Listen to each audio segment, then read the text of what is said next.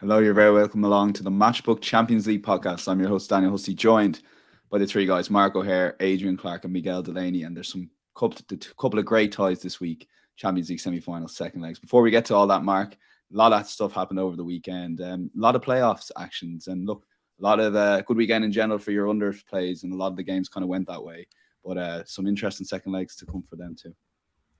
Yeah, we were just saying off recording that the playoffs, we get so excited about them because they are brilliant, but the first legs do tend to, they can be a bit of a grind to watch, always quite fascinating tactically, but in terms of the goal output, it's rare you kind of get the things to kind of jumping out of hand, really. That tends to occur in the second leg when the desperation creeps in. But I think the first tie of all six was Posh thumping Sheffield Wednesday, which was brilliantly called by Adrian, having them on side of a nice start. And I thought that final score looked quite harsh on Sheffield Wednesday, considering the first two goals and how they came about. But Posh fully deserved it, in fairness. And a bit of a shocker really for Wednesday. I actually thought they were starting to get back onto putting their best foot forward, really, with key injuries coming back into the fold. But rabbit and headlight stuff, really. And you can have complaints about the first two goals and how they went in, but thereafter you kind of need to show a bit more. So that looks like a bit of a damp squib going back to Hillsborough, but I'm sure the fans will get behind the team and hopefully we'll get a bit of a tie. But elsewhere, not a huge amount to get excited about. But even more to look forward to this week because, as I say, desperation tends to breed a bit more aggro, a bit more aggression and goals, which is what we want. Yeah, Adrian, that Peterborough game and just the difference between it's classic playoff stuff, wasn't it? Sheffield Wednesday near best part of 20 points ahead of Peterborough in the league. I think Peterborough had lost 17 games all season. Sheffield Wednesday 6. Mark mentioned they did finish the season with 4 wins in a row, which when you did put up Peterborough, I was kind of thinking that, but looking back, I think they kind of eked out a few of those results, but definitely a shocker for Darren Moore and his Sheffield Wednesday team. Yeah, I mean, has a manager ever got fired in between legs of a playoff semi-final? I mean, based on what we're seeing this season in the Premier League, elsewhere, it wouldn't have surprised me. Yeah. But I mean, would have been a bit harsh, considering they got 96 points. But Darren Moore didn't really have what he needed to do was close that game down and say, right, we're 2-0 down. We've not had any luck here. It doesn't get any worse, but they back themselves to play an open style. And Peterborough, as I said on the preview, when they're hot, they are hot, and they can sweep any team aside. And for me, that was just a ridiculously good home performance. Undoubtedly, the performance of the weekend across the playoffs. So that one's done and dusted. But I think all of the other ones, I think we can all take a keen interest in those second legs because they're very much alive. Yeah, and throughout the week on Sky Sports there, do check out the Matchup Betting Exchange for those odds. Miguel, the elephant in the room is Arsenal, the best part of being out of the title race. So your thoughts on the game? You were at the Emirates yesterday. No, we're not talking about that, no. Well, that's why I said let Miguel take this away if he's any hot. Yeah, first of all, I really apologise for how I'm speaking and why we're a bit late because I've just been to the dentist, so half my face is a bit numb. Which is a bit like Arsenal's performance. No, I did feel a little bit. That was not a setup. I did feel a little bit as if Arteta denied this, and obviously he would be he would be intent on not allowing his players to be distracted by external situations. But it does feel like there's absolutely no doubt that the City result affected at least the afternoon. Even that you could feel it in the crowd, and even if, say, the players went into it not worrying about the City results, that can have there can still be a dynamic where it affects what happens on the pitch. And I think as the game wore on, that was pretty much the feel, and it felt like even throughout the match, from the early minutes, I thought rather than kind of a title running game, which is what so many matches at the Emirates have felt lately, this felt like kind of an end of season match, almost a dead rubber, which I suppose it wasn't a dead rubber for Brighton, but it developed into a situation where Brighton was kind of able to pick Arsenal off. There was an element of not quite the team collapsing, but just letting errors slip in. They'd lost that focus, that concentration that's defining the season. It happens. I wouldn't criticize them too much for it. I know there's a lot of talk about Arsenal bottling it, all the rest of it, but I think they're a young team ahead of schedule. They mightn't like this comparison, but similar happened to Tottenham in 2015-16. They got thrashed away at Newcastle towards the end of that season as they put it all just fell in. Then they came back and got a Premier League record points haul for Spurs the next season.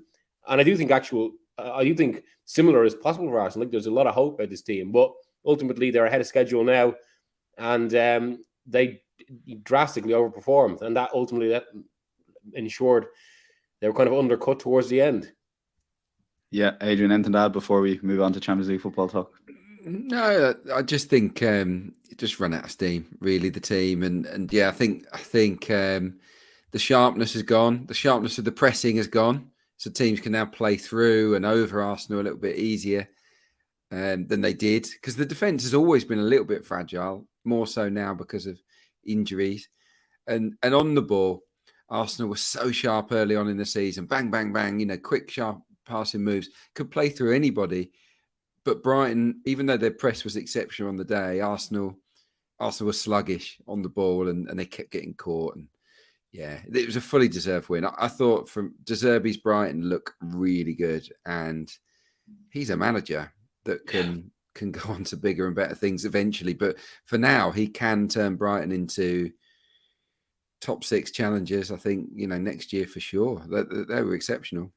Yeah, very exciting time to be a Brighton fan. Very interesting who leaves in the summer and who they might be able to bring in. Obviously, McAllister is going to be probably heading to Liverpool, but definitely somewhere more than likely. Before we get into Champions League, a couple of pointers there. Do check out matchbook.com/0 if you want to bet up to £20. You've never used a betting exchange before. It's a good sort of segue into the exchange versus a sportsbook with 0 margin and 0% commission. So you invariably will be getting the best price on football and horse racing.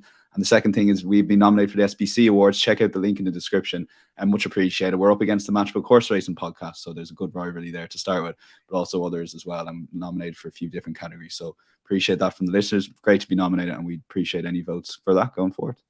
We will start with Inter Milan versus AC Milan and take a look at the betting that we have at matchbook.com. Champions League semi-final, Inter to be backed here at 2.16. This is the 90-minute match odds here. Milan 3.95. The draw is available at 3.45. Both teams to score, yes, is favoured in this market at 1.91. The Asian handicap line sees Milan get a quarter of a goal head start at 2.14, and the total for this game is 2.5. So, Miguel, I might hand over to you in this one because you were obviously in the San Siro last week. Talk to us about the atmosphere there, because I've even seen clips of Milan players the weekend talking to their supporters. It seems to have all unravelled for them the last week or so. Yeah, and I suppose that's actually after. And one of the things that really struck me at the game was how supportive the Milan fans were at the end of the match after the end of the game. It was actually one of encouragement rather than disappointment. It does feel like the wheels are coming off. That said, I mean, first of all, on the atmosphere in general, like, I do go to a lot of matches, obviously. At this point, it takes a lot to kind of see something different or distinctive or new. And this just blew me away, I have to say. I've rarely experienced an atmosphere like it. It was remarkable. The choreography, the noise before the game, really well. I mean, obviously, some of that is informed by nostalgia for Italian football, but also, I suppose, kind of the rarity of the stage for these two teams. And it was a remarkable event. I think it did inform the occasion in the sense that Inter just went with that atmosphere, whereas Milan, it was almost, I suppose, they're much more of a process team than Inter. And while that means I think they're more consistent, Inter have kind of like greater spikes. And it does feel like almost, while Inter's kind of base is lower than Milan's and their lows are worse than Milan's, they have, because they've got so many individuals and they play to this kind of, almost pragmatic cup style, the highs can actually be greater, which we saw in those first 20 minutes. Then Milan kind of got a bit of a handle on the game. And I do wonder, I think they'll probably control this second leg. And I can see them, I really can't see 180 minutes without scoring at least once, especially given the nature of the tie now. I'll be quite, I suppose because they're 2-0 up, it's not exactly a stretch, so I'd be quite confident that they're going through. But, given that this is basically, it's not quite Milan's season given the top four, but given the kind of what this game means, not just about getting to the Champions League final for the first time for Milan since 2007, or for Inter since 2010, but also in terms of the potential repercussions of that, what it'll mean for the city. They're going to throw absolutely everything into this, but I think that will also leave gaps at the back, and they actually they left a few of those on Wednesday without Inter even forcing them. And the second goal was remarkable, to be honest, the way Inter just cut through and DeMarco just cut through. So it's quite a 1.91. I think BTTS is quite relatively high for this. So I think it makes a lot of sense. Okay, yeah, and Adrian, you've landed on the same bet here with BTTS, and Miguel kind of touched on it with Milan season at stake here. But given they're 4 points off fourth place, a Champions League semi-final, it's a brilliant season, but they could end up with no Champions League football next season. Yeah, they can't leave anything in the dressing room, can they? They've got to leave it all out there on the pitch for this game, and they've got to go for it to a degree. And look, Milan have goals in them. They've got excellent players at the top end of the pitch. We know that. And in the second half of the game, they had chances, didn't they? Obviously, clipped the outside of the post. So I do think that they'll really go for it, and that they have the ability to certainly score at least once on the night, if not twice. So then the question is, do you fancy Inter to score again? And I think looking at the way that Milan defended, it was shocking at times. It was so bad, and that's not going to be fixed miraculously, is it? They're going to have to put in the team performance of all team performances, I think, to protect what looked quite an iffy rearguard. I mean, this season, if you think about their run to this stage, a lot of it's been on the keeper. Maignan has been incredible, Mike Maignan, and obviously he couldn't do anything about the goals in this game, but he's been arguably their best player en route to the semis, and that's because he kept busy. And I think that Inter's attack, no matter who they go with up top, whether it's Dzeko, Lautaro, Lukaku, they've got firepower, haven't they? Looking at the game, there might be something in Inter, on the halftime, full time, Inter or Inter draw. I don't know if you've seen this. They've scored first in the last 8 Milan derbies. Inter, their way is to come out of the traps flying. The only time they didn't score first was when it was a goalless draw. So you're going 9 derbies in a row where Milan have not scored the first goal. And obviously in the context of this tie, they kind of have to score the first goal to stand a chance. So that would be going against the trend.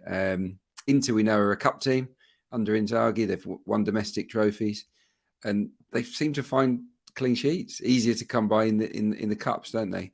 4 of their last 5 Champions League games that they've had shutouts. So I think Inter will go through, but Milan will put up a bit of a fight here. So I'm going to go for both teams to score as well. Okay, yeah, available at 1.91 as the guys allude to, both teams to score. Yes, Mark, coming at it from a very slightly different angle, but along similar thinking with an overs play here. So I guess you're in broad agreement with a lot of what the guys said. Yeah, 100%. Milan lucky to be in this tie, really, after the way in which the first half an hour, first 45 minutes went. Inter missed a few opportunities, hit the woodwork, had that penalty overturned as well, which has been a huge lifeline really for Milan coming into this second leg. But even still, they were atrocious at the back. And it's a shame, really, because Tomori and Kalulu last season were such a strong partnership at centre-half. But for whatever reason, Pioli is going with Simon Kjær alongside Tomori, and they were atrocious, the two of them. Their positioning was all over the place. There was no leadership. And that is a concern. Inter have now won the last 3 derbies, with Milan failing to score in each of those. And Inter are on a 7-game winning streak now across all comps after beating Sassuolo at the weekend. They've got pretty much a full squad bar Skriniar as well. So you look at the bench and the options that Inter have there, bringing Lukaku and Brozovic off the bench to play in the second half last week. Compare and contrast of Milan, it was chalk and cheese, really. And people have sort of been analysing what went wrong with Inter through the winter and early spring, and what's kind of driven this revival. It's nothing spectacular, really. It's just players taking their opportunities. It's just forwards actually getting back into goal scoring form. And as Adrian said, there's at least 3 players there, and Dzeko, Lukaku and Lautaro, who are scoring goals consistently. We saw last week Mkhitaryan and Çalhanoğlu, how good they can be. Dimarco as well, rampaging from left wing back. And it's hard not to see Inter scoring in this match, considering the circumstances. But I do think Rafael Leao's involvement does move the needle a little bit. Maybe not in terms of the overall outcome. I still fully expect him to progress, and why wouldn't you with a 2-0 lead? But he's trained on Sunday. He looks like he's going to be involved. Whether he starts or not, we'll have to wait and see. But it was quite interesting when Miguel was talking about the fans after the first leg, because they obviously had that meeting with the ultras after the match at Spezia the weekend, which was all actually very calm and supportive rather than sort of normal runnings with ultras. And thousands of fans turned up at their training ground on Sunday to tell them they still believe in this squad, and to kind of give it one last hurrah. And Pioli was saying after the match that we do still believe, and we realise that the season is slipping away from us, and it's time to sort of do something about it, really. And I think Leao's involvement just changes everything from a Milan perspective going forward, at least. But yeah, I wanted to back overs, bigger price, and back in BTTS. 8 of the last 10 Champions League semi-final second legs have featured 3 or more goals. Last week's match, I expected it to be quite tight and tetchy. Actually produced an XG output of 2.87. There was 29 shots, 18 from inside the penalty area. Quite an open game, in fairness, really. And I think Milan will be more threatening now with Leao in the side or coming off the bench. Inter will obviously enjoy the counter-attacks and the transitions. And the reasons I've gone overs, not just because 8 of the last 12 derbies have gone over, but also I just think, firstly, looking at Inter in the last round, took a 2-0 lead back from Benfica. Should really have just battened down the hatches. It ended up being a 3-3 second leg at the San Siro. But also it just kind of allows for the fact that if Inter do score the first goal, as Adrian was mentioning, there's an opportunity there for Milan, not just to down tools, but to think the tie is over and Inter could easily run riot. It just kind of covers you a bit on both angles, really. I think everyone expects both teams to score considering the circumstances. But yeah, overs kind of just allows for a bit of a blowout as well if there is an easy winner either way. It's hard to see Milan winning this 3-0, obviously, but Inter possibly could, the way in which the first leg went. So I thought 2.16, considering the circumstances, is a massive price for over 2.5 goals in the second leg of any competition. You always look towards a higher goal total than the first. And the first leg was quite exciting, so why wouldn't the second leg follow suit? Okay, yeah, a couple of options there. We've been outvoted, so we will go both teams to score yes as the official podcast selection 1.91. Mark making some good points. Really, perhaps if the tie is dead, Inter can land those overs themselves when it may be perhaps a 3 or 4-0. Fascinating tie. The common theme is there is going to be goals, so expect fireworks, and it's great seeing the Milan fans giving it one more push for the semi-final second leg. We will go to the second tie, Manchester City versus Real Madrid, 1-1 after the first leg, and take a look at the betting that we have on matchbook.com. Just a massive tie. Manchester City 1.63, Madrid 5.7, 90-minute market, with the draw available at 4.6. Both teams to score heavily favoured at 1.7. No is available at 2.26. The Asian handicap line sees Madrid get a 1-goal head start at 1.94, and the goal line for this game is 2.5. So Adrian, we'll go to you on this one. Look, as Pep Guardiola, like his whole mantra this season is like winning in all competitions, but you have to think this Champions League now for him, it's as big as it gets. Like, this is the one, isn't it? Yeah. I mean, the Premier League's done.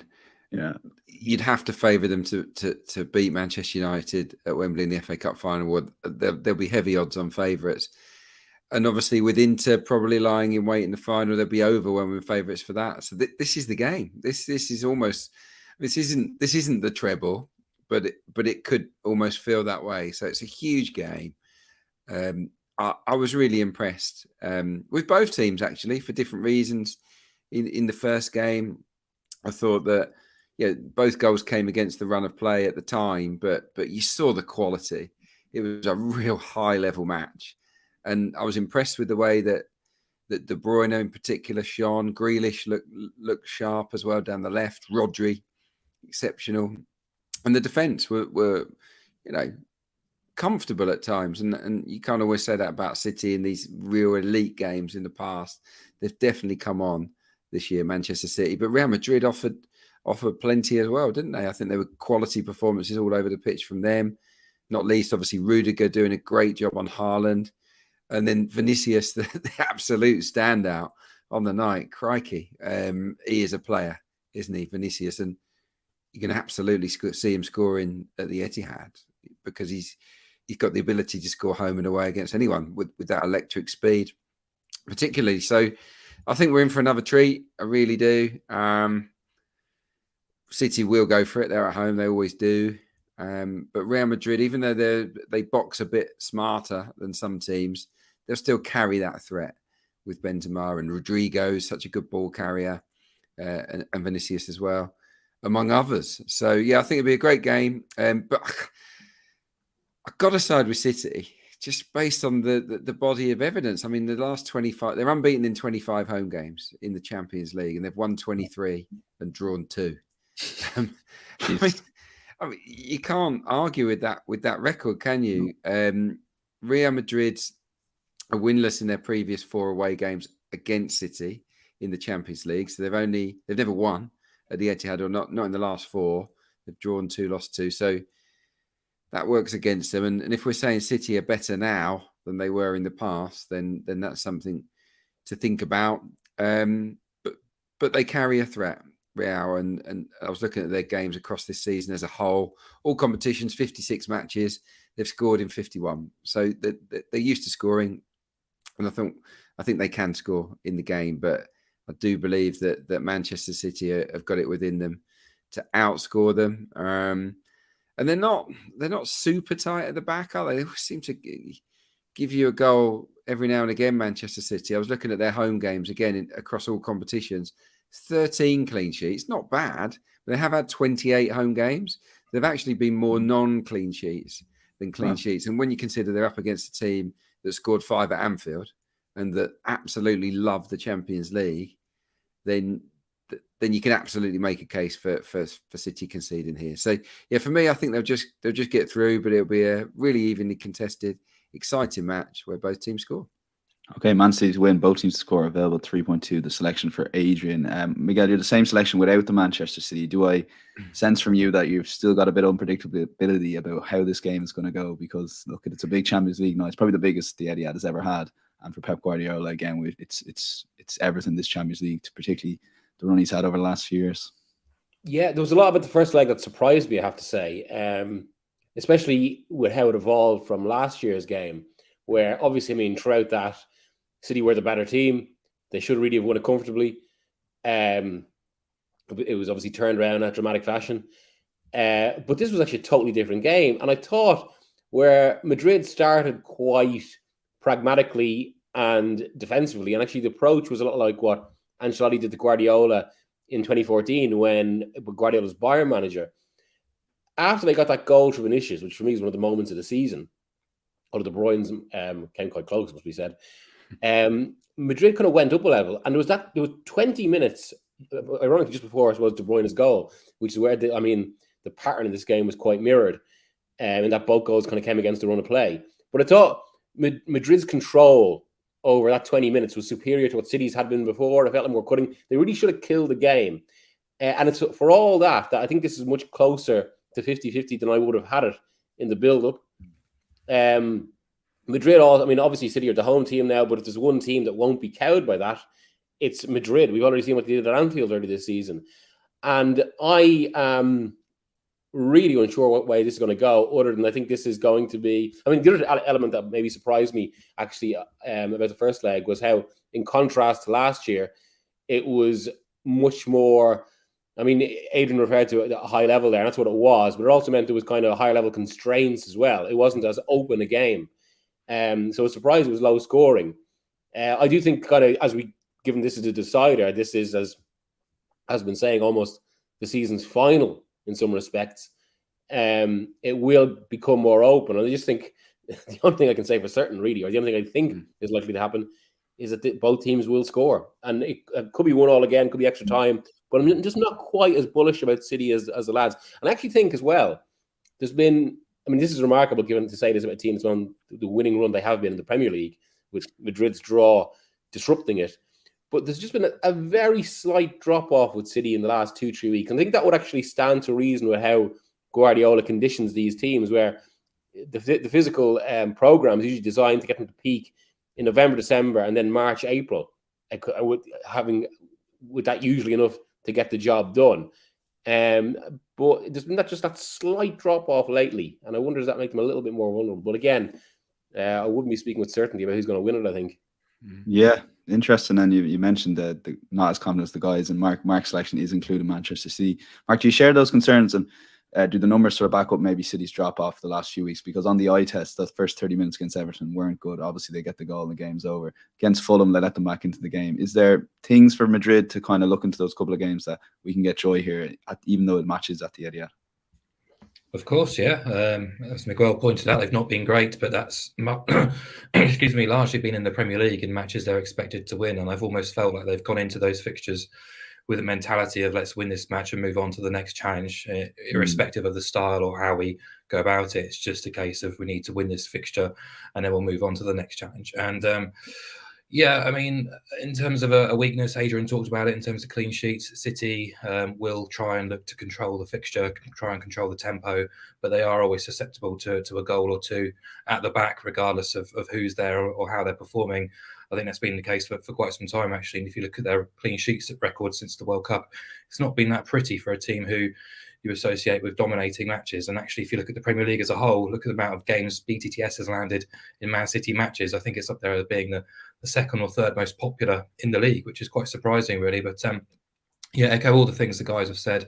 Really high class first leg, really wonderful advert for the Champions League, but not huge amounts of clear cut opportunities. And I think there's an intent on both teams to be a little bit more pragmatic, an awareness not to overcommit, really. I especially saw that in Man City in the second half. They weren't flooding players forward, and an awareness of kind of staying in the tie, staying alive before you go back to the Etihad, where their record is absolutely ridiculous, really, as Adrian's already mentioned. But if you look at the opposition they've beaten in that 25-game sample, they've beaten Real Madrid twice, they've beaten PSG twice, they've beaten Bayern, they've beaten Dortmund twice, they've beaten Atletico, they've beaten basically all the biggest guns in this competition, the highest rated sides in Europe, and a lot of the times they've done it in style as well, quite impressively too. So with Real Madrid, obviously huge respect for what they're able to bring here. But I looked at obviously last year when they pulled off those miracle turnarounds, especially against Man City when they were second best. But they're not chasing this time around. They might be at some stage, but I think the key difference is those away ties, the second legs, I should say, were all at the Bernabeu last year. That's not the case this time around. They're not going to have the same sort of stadium whipping up a frenzy if they get a goal or get into a lead or get back into the match in the last 20 minutes. I think that can be quite significant. I know the Etihad gets a lot of criticism, but City feel comfortable and confident there, and I think it's quite telling, really, that Jack Grealish after the match said, we actually feel unstoppable at the Etihad. Not saying they are, but he said they feel it. And it's hard to back against City. I thought they actually started really, really well in Madrid last week. They were dominant in that first 20, 30 minutes until Vinicius does what he's capable of doing. They tested Courtois a couple of times. And as Miguel said, the ebb and flow of the game went a bit differently thereafter.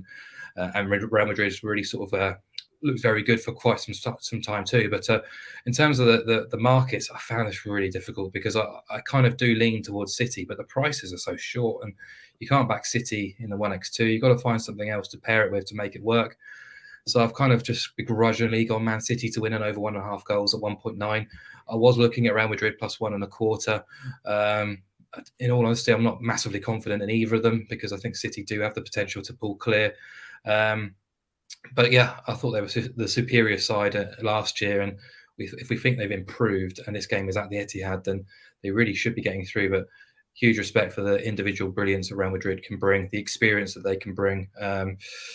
Yeah, I mean, my best advice, honestly, which is probably not great for a betting show, is actually don't have a bet, just enjoy the game because it could be, be fantastic and there's no need to sort of tie your money up in something if you're not fully confident. And look, actually, after listening to Miguel and seeing the price, I didn't see it earlier, but BTTS at 1.7 does look like I'm not going to say a banker because nothing is, but it does look a bit of material, actually. So I'm almost tempted to change my selection and go BTTS and there you go. Just enjoy the goals and enjoy the game.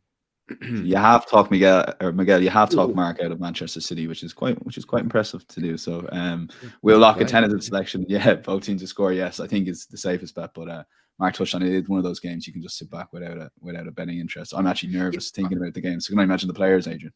City are too short because it's definitely not a foregone conclusion. No, I think Real Madrid are that one team that can eke out a result against anyone in this competition, even when they're second best. So yeah, can't wait to watch it. Yeah, and look, it might be one of those. I won't watch it because I'm working on the Borough Coventry game at the same time. I don't know how many listeners we'll have because I think the whole world will be watching that game. But there you go. I'll try and download the app and play it in the background watching the game, Adrian. But look, Mark, it could be one of those games to maybe throw a very small stake on a correct score or something in this game. What sort of scoreline are you looking for? And again, correct score markets on Matchbook, you invariably will get the best price on that. Odds checker grid. Yeah, again, it's not a confident selection as they never are really in the correct scores, but we've talked a lot in the past, or at least going into the first leg, about Man City, the scars, the memories of last season in Madrid, and they're still quite raw, really. And they've been talking about revenge.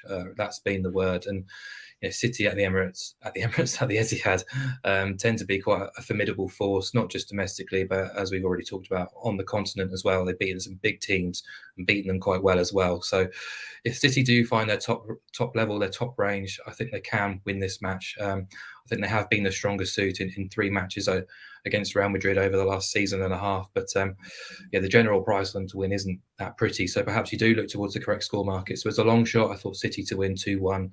At 9.6, it's a nice price, one you can cheer on without a huge amount of financial interest, just to have a bit of fun, really. So yeah, that'd probably be where I'd be heading. Okay, Adrian, on similar lines of the correct score, you're going for this game as well. Man City 3, Real Madrid 1. Again, you can see a lot of these score lines just happening. It is set up for a classic. You can, yeah. I've got a bit bolder, like with City maybe going through the gears towards the end of the game. I'm seeing it being 1-1 at some stage, and then maybe Manchester City go, kicking on in the second half, maybe getting that second, and then Real Madrid pushing, trying to get back on level terms, and then maybe City sealing the deal. And obviously, you get a slightly better price here at 13.5. My alternative would be 1 apiece, and Miguel touched on that. If you really fancied Real Madrid, and I think you can absolutely make a case for Real Madrid taking it to extra time. 1-1 is 9.8, which is another good long shot option. But yeah, for me, I'm going to stick with City. Their record is just formidable in this competition, and I think this is their year. So 13.531. Yeah, so much at stake in that game. Is incredible. We will go to Miguel for Inter versus Milan game, and how you see this in the correct score, Miguel. Yeah, 1-1 it just screams out to me here. Maybe even Inter get another early goal, and you can sense the deflation, and Milan kind of come back with one of those sort of half-hearted comebacks. But I can see the way this goes. Given I think in Milan, for all they'll throw everything into it, I can't see them hurting into it that much, but I can see them getting 1. So 1-1 just seems logical to me. I would say.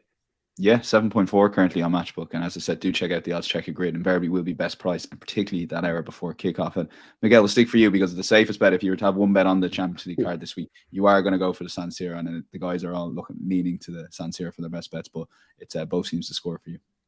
Well, that's it. And I was going to go for, or I would have gone for Madrid City, both teams to score, but I suppose the price is so much lower. This makes more sense. Again, the fact that it's the second leg, the fact Inter have that 2-0 lead, at least the factors are conducive to a game where it'll be both teams to score. So I think it's safer. Yeah, and Adrian, you're on the similar lines with this one as well. I am, yeah.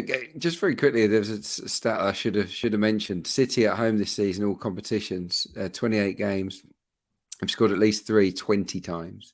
28. I mean, it's not bad, is it? No, so they've got it within their capabilities to score 3 times against Real Madrid and maybe win that one 3-1. But yeah, no, I think Inter against Milan, both teams to score.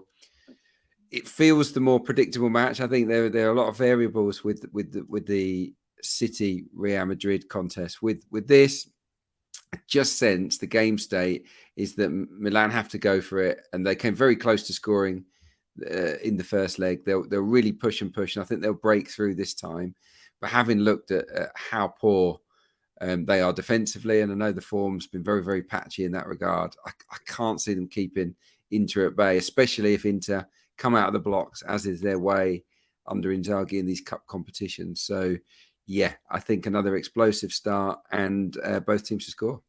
Okay, yeah, that's definitely the shorter price. And Mark, a little bit bigger for your one, over 2.5 goals, but you've explained earlier about the thinking there, maybe if Inter do get an early goal, it might kill the game for Milan.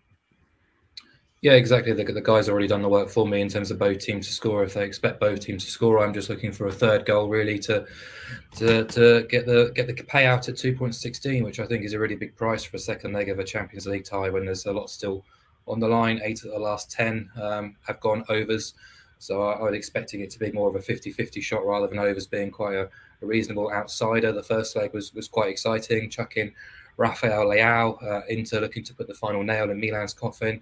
But also, I think it's worth mentioning, which I didn't actually, the referee for this game is Clément Turpin, who's the French referee, who's dreadful for cards if you're backing in Ligue 1. But when he comes into Europe, he tends to have a personality transplant and just, well, not really, that's being kind to him. He's an idiot anyway, but in Europe, he tends to try and have the limelight all on himself. And you can see that in some of the sort of key decisions. He's had his last 5 European appearances this season.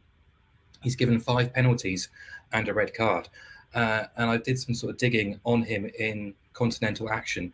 He averages a penalty almost every 2 games when refereeing European fixtures. And he's done about 40, 50 of those fixtures. It's the same in the Champions League. It's the same if you include the Europa League and any other European competitions.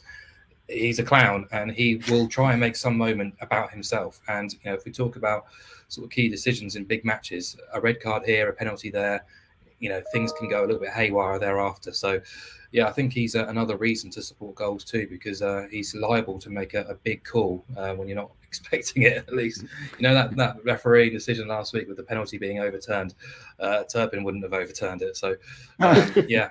It's interesting. I always think Michael Oliver here in the UK is the most likely to give a pen. I don't know whether the stats back that up at all, but it just always feels you get certain refs that just love a pen. They love that point. Yeah, Oliver's on the same. The theatrical point. Oliver is the same as Turpin in terms of you would never back overs in terms of cards when Oliver's in charge of a Premier League game. But look, last week he did, was it Roma Leverkusen, 7 cards. He just, for whatever reason, when they go onto the continent, they decide that they're going to just have a go at teams. And penalties and red cards galore. So, yeah. One last thing, it just struck me about this last 4, which is, it's a great last 4.